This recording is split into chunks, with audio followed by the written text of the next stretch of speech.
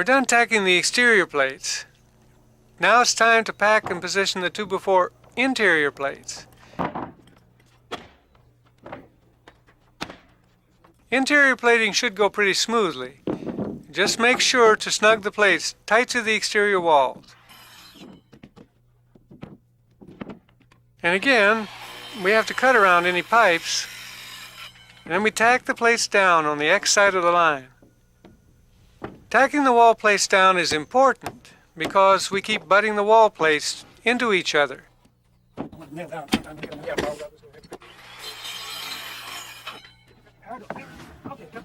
Here are the plates for that end wall.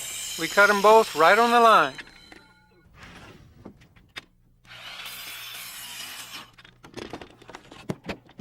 That's what we do. We just keep working our way around, plating the long walls first, generally, and then filling in the short walls.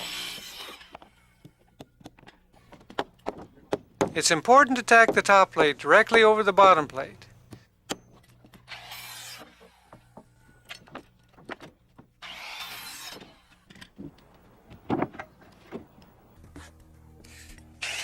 You probably noticed that I've been doing all the cutting and Joe does most of the nailing.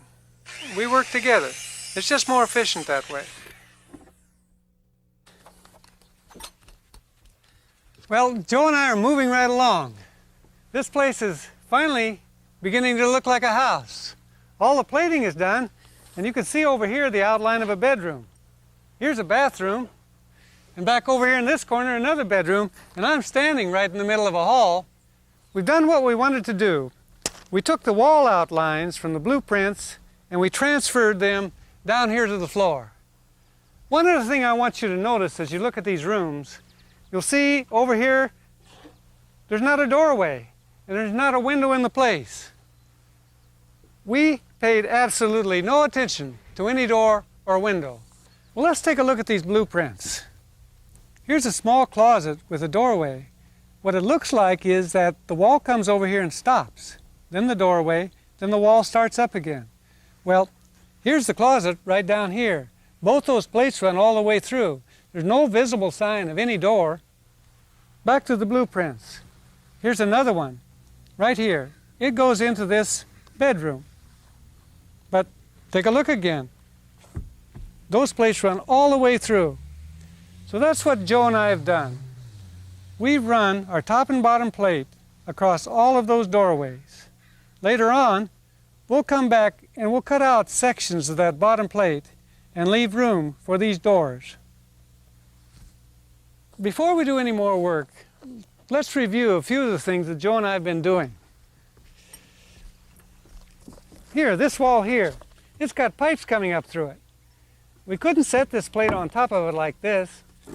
We just set it right alongside. Now, we can lay out across both of them. Here's another style. This wall too has pipes. So we set the top plate here on edge, and again, we can do our layout across both plates. Over here, 2x6 wall. Got a lot of pipes in this wall. So what did we do? We ran this wall in 2x6. That'll leave plenty of room for all the pipes the plumber's going to put in there. Here we have a toilet. We needed a little bit more room for that toilet, so instead of a 3.5 inch wall, we ran one in 1.5 inches. That's a few of the things that we're going to do. There's lots more to come. Let's get on with our work. Joe and I have finished plating up there on the wooden floor. Now we're down here on this concrete slab. And there's a couple of differences. One is, when you're plating on a slab, use this treated wood. The second is, we've got bolts in this foundation. These bolts secure this plate down to the foundation. We've got some holes to drill here.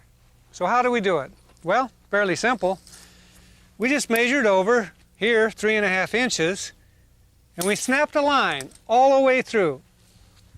Then, here's the important part. Take this bottom plate and set it right on the line. Now, we don't have to use a square and a tape measure to mark where this bolt hole goes. We've got a simple tool here. This is a homemade one out of a plate strap. And you'll see where it goes up against the bolt to this pin is 3.5 inches. So that's what we do. We set it right on that bolt, and then we mark it. Right there's where we're going to drill that hole. Now, if you don't like that tool, you can try this one. You can buy this one commercially. It's made the same way. This notch here goes against the bolt, and the pin marks the hole. This one's for 2x4 plate. This pin's for 2x6 plate.